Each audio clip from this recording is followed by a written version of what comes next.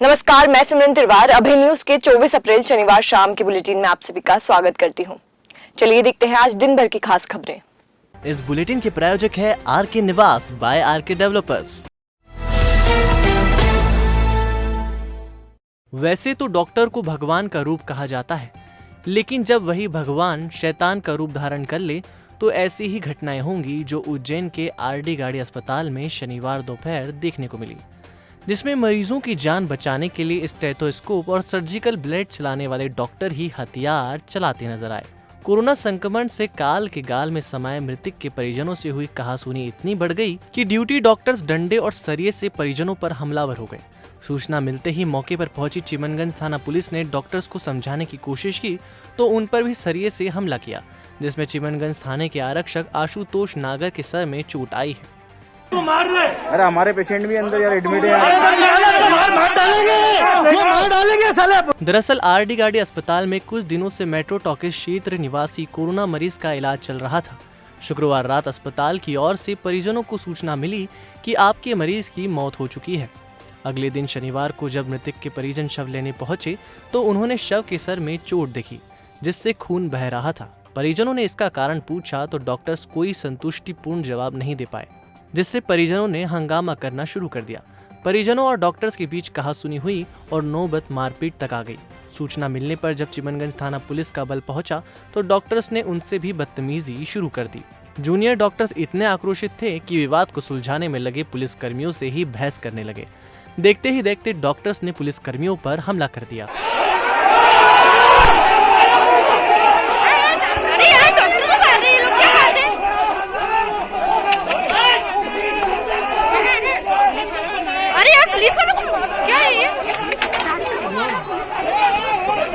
Police कर्मियों पर हमले की सूचना के बाद उज्जैन अतिरिक्त पुलिस अधीक्षक अमरेंद्र सिंह और एडीएम नरेंद्र सूर्यवंशी भी मौके पर पहुंचे और मामले को शांत किया। हालांकि इतनी बड़ी घटना के कई घंटों के बाद भी चिमनगंज थाने में प्रकरण दर्ज नहीं होना भी आश्चर्य की बात है। विवाद ऐसा है सर कि मेरे अंकल है, मेरे चाचा जी, उनका कल रात को वो ठीक थे। रात को 2 बजे हॉस्पिटल से फ़ोन आया कि उनकी मृत्यु हो गई है। हम सुबह उनकी डेड बॉडी लेने के लिए पहुंचे। डेड बॉडी जब हमने लिया तो कोरोना प्रोटोकॉल को फॉलो करते उन्होंने हमको खाली चेहरा दिखाया। चेहरा दिखाने के बाद जैसे ही वो डेड बॉडी उन्होंने स्ट्रेचर से उठा के गाड़ी में रखी तो वो स्ट्रेचर पूरा ब्लड में और उनके सर से बहुत तेज ब्लड बह रहा था।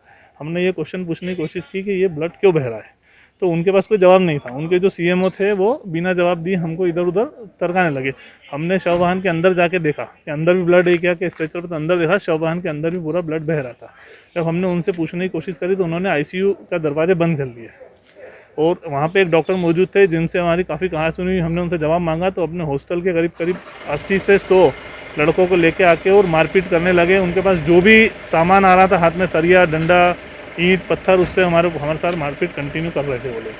पुलिस वालों के साथ भी मारपीट? हाँ, हमने वो पुलिस वालों ने हमारा बीच बचाव किया तो उन्होंने पुलिस वालों के साथ भी मारपीट की। आपके परिवार में भी किसी को चोट आई? मेरे परिवार में मेरी 3 बहनें हैं, उन्होंने महिलाओं के साथ भी अभद्रता की, महिलाओं के साथ भी मारपीट की। हमारे कंवर साहब हैं, वो महू से आए थे, उनके साथ ही मारपीट करने की कोशिश की तो पुलिस ने उनको बचाव करके पुलिस अपनी 100 डाल में उनको लेके चले गई।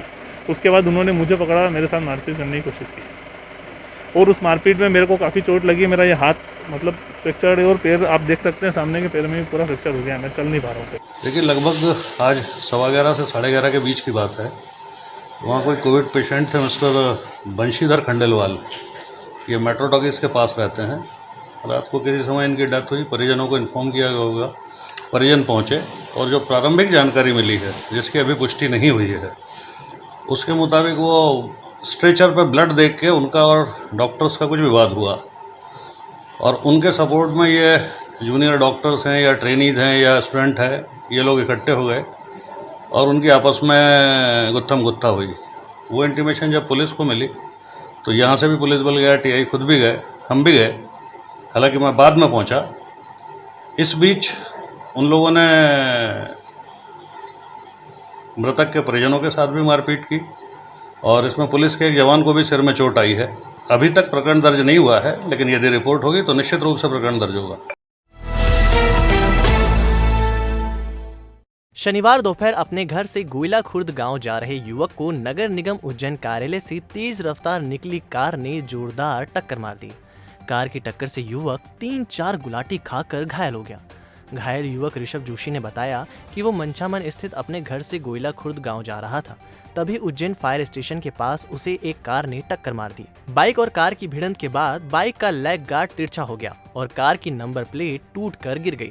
टक्कर मारकर कार चालक मौके से फरार हो गया। कार की टूटी नंबर प्लेट लेकर घायल युवक फायर स्टेशन के कर्मचारी ईशू खान के साथ चिमनगंज थाने पहुंचा और शिकायत दर्ज कराने के बाद ईशू ने ही उसे जिला अस्पताल पहुंचाया। जानकारी के अनुसार कार उज्जैन नगर निगम में पदस्थ किसी महिला इंजीनियर की बताई जा रही है।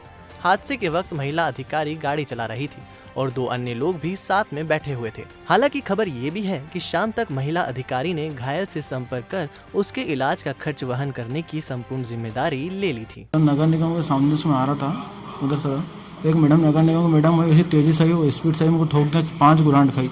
मेरे घुटने में लग गए, पाँव में लग गए, यहाँ लग गए, मेरी गाड़ी में नुकसान बहुत सारा हो गया सर। नंबर प्लेट सर नगर निगम लिखा था, वो ठोकने के बाद तो मेरे को पता नहीं चलो, भगी गए मैडम सर।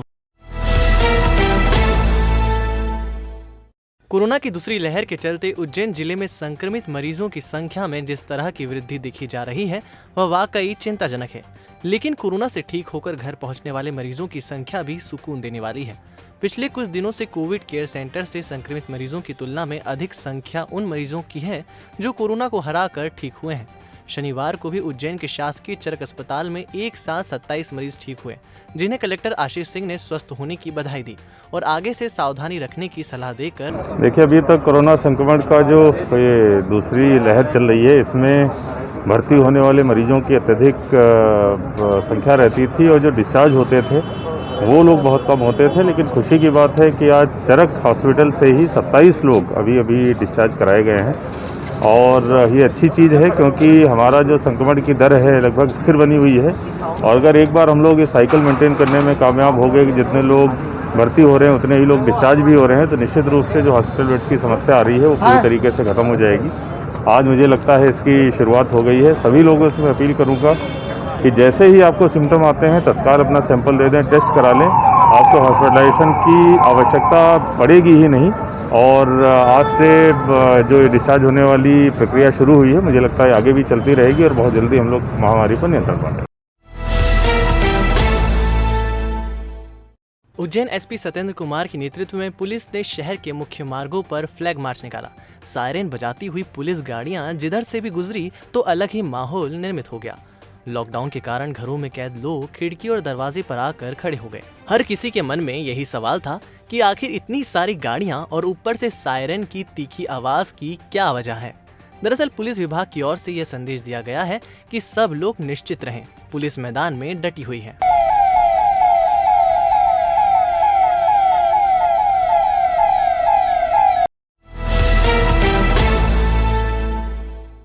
कोरोना संकट काल में जहां शासन प्रशासन जनमानस की जान बचाने के लिए हर संभव कोशिश कर रहा है और स्वास्थ्य अमला अपनी पूरी ताकत से मरीजों की सेवा में लगा हुआ है, वहीं समाज के कुछ ऐसे लोग भी हैं जो लोगों की मदद को अपना कर्तव्य मानते हुए समाज सेवा में आगे आए हैं।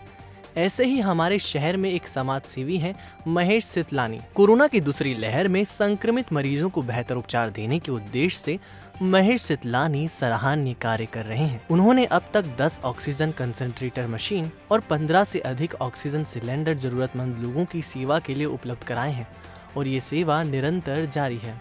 देखिए, चिंता का विषय है, स्थिति बहुत गंभीर है। हम जब तक घर पे बैठे रहेंगे इस लड़ाई को नहीं जीत पाएंगे। हमको बाहर निकलना होगा, मिलजुल के एक दूसरे की सहायता करनी होगी और सबको एक साथ, प्रशासन, डॉक्टर और जनता, ये जब तक एक साथ नहीं आएंगे हम ये लड़ाई नहीं जीत पाएंगे। पहले यह था कि घर घर जांच की बात मैंने करी थी, अब घर घर वैक्सीनेशन। जब तक वैक्सीनेशन नहीं होगा, बड़ी बड़ी कंपनियों को हमने अनुमति दे दी है और ये सारी कंपनियां स्पुतनिक से लेकर फाइजर से लेकर जाइडस, ये सब एक साथ हम इनको, जैसे अभी ऑक्सीजन मंगा रहे हैं, अब हमारी आदत है हम किसी एक चीज़ के पीछे भागते हैं तो उसी के पीछे भागते हैं। पर अभी समय है कि हम ये निवेदन करें शासन से कि ये सारी कंपनियों की वैक्सीन एक साथ हमारे पास, ये जैसा भी चाहे हम ट्रेन से, प्लेन से, जैसे चाहें ये मंगा लें और जल्द से जल्द हम पूरे देशवासियों को लगा देंगे। यही एकमात्र आसान रास्ता है बचने का इससे। सबको मिलजुल के रहना पड़ेगा, भयभीत होने की जगह हमें इसका सामना करना पड़ेगा और हमें आना पड़ेगा। जैसे मैं अकेला आदमी 10 मशीन ले आया, तो मैं समझता हूँ कि हर शहर में, बड़े बड़े शहर में 1-8 हज़ार लोग तो ऐसे होंगे जो इस प्रकार की मशीन ले आए, तो लोगों में भगदड़ बचेगी, आने जाने का टाइम बचेगा और डॉक्टर और बाकी लोग अपनी सेवाएं देना पड़ेंगे। या जो भी है गर्म पानी, भाप, ये तो सब लें, सब चीज़ की ये समझें कि लड़ाई हमारी सबकी है। हम सोचेंगे हम घर बैठे, आप घर बैठे तो 10-20 हज़ार का तो आपका नुकसान कर रहे हो ना, इसलिए 5,000 रुपये 2,000 रुपये सेवा के लिए दो, आगे आओ, सब मिलजुल के लड़ो, तो हम बिल्कुल जल्द से जल्द जीत पाएंगे, नहीं तो ये लड़ाई लंबी चलती रहेगी। उज्जैन का लगभग 37 साल पुराना थाना अब नए भवन में शिफ्ट होने जा रहा है। इसके लिए पुराने थाने से सामान नए थाने में ले जाने का काम जोरों से चल रहा है। उज्जैन की अनाज मंडी के सामने स्थित चिमनगंज थाना वर्ष 1983 से एक ही भवन में संचालित किया जा रहा है। इतने सालों में थाने में स्टाफ बढ़ने के साथ साथ प्रकरणों के दस्तावेज और जब्त किए गए वाहनों की भरमार हो गई है, जिसके चलते अब थाना कम पड़ने लगा है। जगह की समस्या को देखते हुए थाना प्रभारी अजित तिवारी ने उज्जैन पुलिस कप्तान सत्येंद्र कुमार शुक्ल से थाने को यातायात थाने के लिए बनाए गए नए भवन में स्थानांतरित करने की मांग की, जिसे स्वीकारते हुए एसपी ने थाना स्थानांतरित करने के आदेश जारी कर दिए। पुलिस अधीक्षक की हरी झंडी मिलते ही चिमनगंज थाने का सामान शिफ्ट करने का काम जोरों पर चल रहा है। संभवतः अगले हफ्ते तक चिमनगंज थाना नए भवन में शिफ्ट हो जाएगा, जहां थाना स्टाफ को बेहतर सुविधाएं मिल सकेंगी और शिकायत लेकर आने वाले फरियादियों को भी बैठने की अच्छी व्यवस्था मिलेगी। पुलिस थाना चिमनगंज मंडी वर्ष 1983 से जिस बिल्डिंग पे लग रहा था, वो काफ़ी छोटी भी थी और काफ़ी पुरानी भी हो चुकी थी। इस कारण से पुलिस अधीक्षक महोदय श्री सत्येंद्र शुक्ल जी से हम लोगों ने निवेदन किया था, तो उन्होंने ये आदेशित किया है कि इसको जो यातायात थाने का नवीन भवन बन के खाली पड़ा था, उसमें शिफ्ट किया जाए। तो उसकी तैयारी हम लोग कर रहे हैं और संभवतः 2-3 दिन में हम लोग अपने नई बिल्डिंग में पहुंच जाएंगे, जिससे हमारे अधिकारियों कर्मचारियों को भी सुविधा होगी। इसके अलावा जो आमजन रिपोर्ट करने आते हैं, उन्हें भी बैठने का व्यवस्थित स्थान मिल पाएगा। आप सभी से मेरा हाथ जोड़कर निवेदन है कि अपने घर में रहें, वो घर से बिल्कुल भी बाहर निकलने का प्रयास न करें। लोग जो है ना, कोरोना बीमारी से नहीं मर रहे हैं, लोग डर से मर रहे हैं, भय से मर रहे हैं। हॉस्पिटल में अगर कोई एडमिट हो गया गलती से, 80% लोग वापस नहीं आ रहे हैं, क्योंकि डर है उनके अंदर, कहीं ना कहीं भय है। और वहाँ प्रॉपरली ठीक से जो मंजर जो देखने को मिल रहा है ना, वो इतना भयावह मंजर है कि आधा तो इंसान वहीं देख करके ख़त्म हो जाता। तो मेरा आप सबसे पुनः अभय न्यूज के माध्यम से जितने लोग भी मुझे सुन पा रहे हैं, मेरा आपसे करबद्ध हाथ छोड़कर निवेदन है बोस, कोरोना नाम की ये जो महामारी है ना, ये मौत बन करके आपके घर के आसपास घूम रही है, मंडरा रही है, और ये आपको ललचाएगी भी, प्रेरित भी करेगी। दोस्तों, मेरे जितने नौजवान दोस्त यहाँ पे सुन रहे हैं, मैं आपको बता दूं अच्छी तरीके से कि आपके मन में कई प्रकार का लालच आएगा कि यार चलो सब घर वाले हैं, घर में ताला लगा रखा है, अंदर बंद हैं, तो आपके अंदर लालच आएगा कि 2 मिनट में बाहर हो जाऊँ, क्योंकि आपको ऐसा लगता है कि यार क्या करूँ, बोर हो रहा हूँ, गर्लफ्रेंड से बात कर लेता हूँ फ़ोन पर जा करके। आप घर से बाहर निकल गए दोस्त, आपके अंदर लालच आएगा, आपका कोई दोस्त आपको फ़ोन करेगा, बोलेगा कि यार चल एक काम करते हैं, एक बियर का जुगाड़ करते हैं, आधी पी लेंगे। आप घर से बाहर निकलेंगे, आपके अंदर फिर लालच आएगा कि चलो थोड़ा चौराहे पे जाकर एक सिगरेट पी के आ जाता हूँ। तो बिल्कुल भी ऐसी किसी लालच में मत आइए, घर पे रहिए, सुरक्षित रहिए और अपनी पूरी फैमिली को सुरक्षित रहिए। दोस्तों, पूरी फैमिली की फैमिली साफ हो रही है। जहाँ पर कोरोना एक भी व्यक्ति को अगर संक्रमित हो गया ना, तो पूरी फैमिली जा रही है घर की। एक बार पुनः मैं आपसे अपील करता हूँ पूरे ढाका सम्मेलन परिवार की ओर से कि आप घर में रहिए, सुरक्षित रहिए, खुद भी सुरक्षित रहिए और अपनी फैमिली को सुरक्षित रहिए, क्योंकि आपका किसी से मिलना जरूरी नहीं है, लेकिन आपका होना, जीवित होना आपके परिवार के लिए बहुत जरूरी है। देवास के हाट पिपलिया में दूल्हे को घोड़ी पर बैठकर बारात निकालना महंगा पड़ गया। पुलिस को जैसे ही इस बात की जानकारी लगी तो बाराती बनकर पुलिस सीधे मैरिज गार्डन पहुंच गई। दरअसल हाट पिपलिया में विजय शक्तावत के बेटे राहुल उर्फ लड्डू शक्तावत अपने विवाह आयोजन में घोड़ी पर सवार होकर करीब 50 से अधिक बारातियों के साथ सिद्धि विनायक गार्डन पहुंचे। तभी पुलिस भी बाराती बनकर वहां आ गई। गार्डन में दूल्हा और दुल्हन के विराजमान होने के लिए स्टेज भी सजा हुआ था। साथ ही करीब 100 मेहमान भी मौजूद थे। दूल्हा दुल्हन और मेहमान फोटो सेशन करवाने में मशगूल थे। इसी बीच पुलिस वहां पहुंच गई। ये देखकर दूल्हा और दुल्हन के साथ परिजनों के होश उड़ गए। पुलिस ने कोरोना गाइडलाइन का उल्लंघन करने पर दूल्हा राहुल उर्फ लड्डू और मैरिज गार्डन संचालक संतोष पाटीदार के विरुद्ध अलग अलग धाराओं में प्रकरण दर्ज कर लिया है।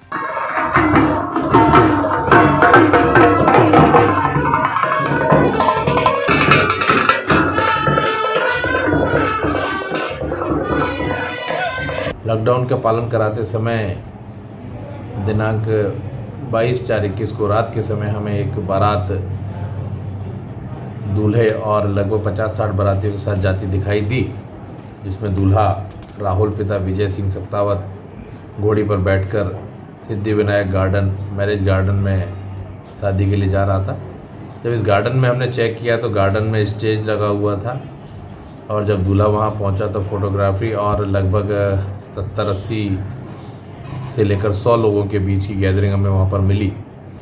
चूँकि कलेक्टर एवं जिला दंडाधिकारी महोदय द्वारा स्पष्ट आदेशित किया गया है, इसी वजह से हमने इस मामले में दूल्हा राहुल पिता विजय सिंह सत्तावत और मैरिज गार्डन संचालक संतोष पाटीदार के विरुद्ध धारा 187, 188, 269, 270, 271 IPC निषेधाज्ञा उल्लंघन और कोरोना संक्रमण बीमारी फैलने के लोगों की जान जोखिम में डालने पर से कायम किया है।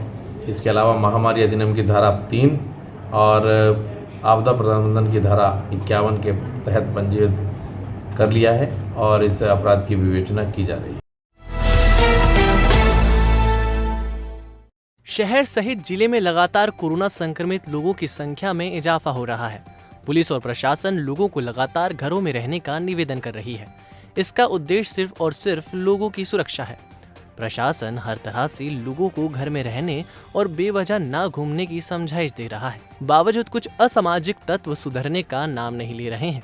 इसी क्रम में अब पुलिस ने बिना कारण घर से निकलने वालों को ठोकने का काम शुरू कर दिया है। छूट की अवधि के बाद भी बेवजह घूमने वालों को तराना टीआई संजय मंडलोई और तहसीलदार DK वर्मा ने स्वयं डंडे का प्रसाद दिया। इधर बस स्टैंड तराना व मेडिकल के बाहर लोगों की भीड़ नजर आने पर थाना प्रभारी संजय मंडलोई ने संचालक तथा कर्मचारियों को सोशल डिस्टेंसिंग का पालन करने की हिदायत दी।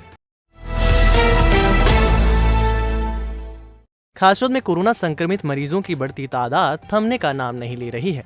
प्रशासन जगह जगह कंटेनमेंट जोन बना रहा है, जहां ना तो घर वालों को बाहर निकलने की इजाजत होती है, ना ही बाहर वालों को। ऐसे ही कंटेनमेंट जोन में आवाजाही का एक वीडियो वायरल हो रहा है। प्रशासन की सख्त चेतावनी के बाद भी समाज के दुश्मन अपनी मनमानी से बाज नहीं आ रहे हैं। जहां एक और पूरा प्रशासन इस महामारी से निपटने के जतन में जी जान से जुटा हुआ है, तो वहीं संभ्रांत परिवार के लोग कंटेनमेंट जोन होने के बावजूद भी व्यवसाय करने से बाज नहीं आ रहे हैं और प्रशासन को लगातार चुनौती देने का काम कर रहे हैं। आपको बता दें कि इस स्थान पर शरद सेठ का मकान है, जो कोरोना कंटेनमेंट जोन है। ये महाशय मजदूरों से इमली कुटवाते हैं, फिर ठेला गाड़ी से घर बुलवाते हैं। माना कि इनका यह धंधा पुश्तैनी है, लेकिन सवाल ये है कि बिगड़ते हालात कोरोना कंटेनमेंट जोन बनने के बाद भी शरद सेठ अपने आप को बेरोजगार समझ लोगों की जिंदगियों से खिलवाड़ कर अपना धंधा चलाकर प्रशासन की आंखों में धूल झोंक रहे हैं। Patidar nursing institute Indian nursing council के मानकों पर 100% खरा। उज्जैन का प्रथम नर्सिंग महाविद्यालय। हमारे संस्थान में उपलब्ध है 3 वर्षीय नर्सिंग डिप्लोमा, BSc नर्सिंग 4 वर्षीय डिग्री, पोस्ट BSc नर्सिंग 2 वर्षीय डिग्री और MSc नर्सिंग 2 वर्ष post graduate degree study programme. हमारी विशेषताओं में शामिल है हॉस्टल व मेस सुविधा, सर्व सुविधा युक्त कैंपस, बस फैसिलिटी, कोर्स पूरा करने पर 100% जॉब गारंटी, योग्य व निपुण फैकल्टी, वर्ग अनुसार छात्रवृत्ति, 3000 से ज्यादा पुस्तकों से सजी लाइब्रेरी, स्पोकन इंग्लिश व कंप्यूटर की निःशुल्क शिक्षा, विभिन्न प्रयोगशालाएं और नर्सिंग प्रशिक्षण के लिए 150 बिस्तरों वाला रिसर्च सेंटर व हॉस्पिटल। हमारा पता है Patidar nursing institute, Moru Khedi, Patpala, Maksi road, Ujjain. Mobile 9522200084, 9522200092।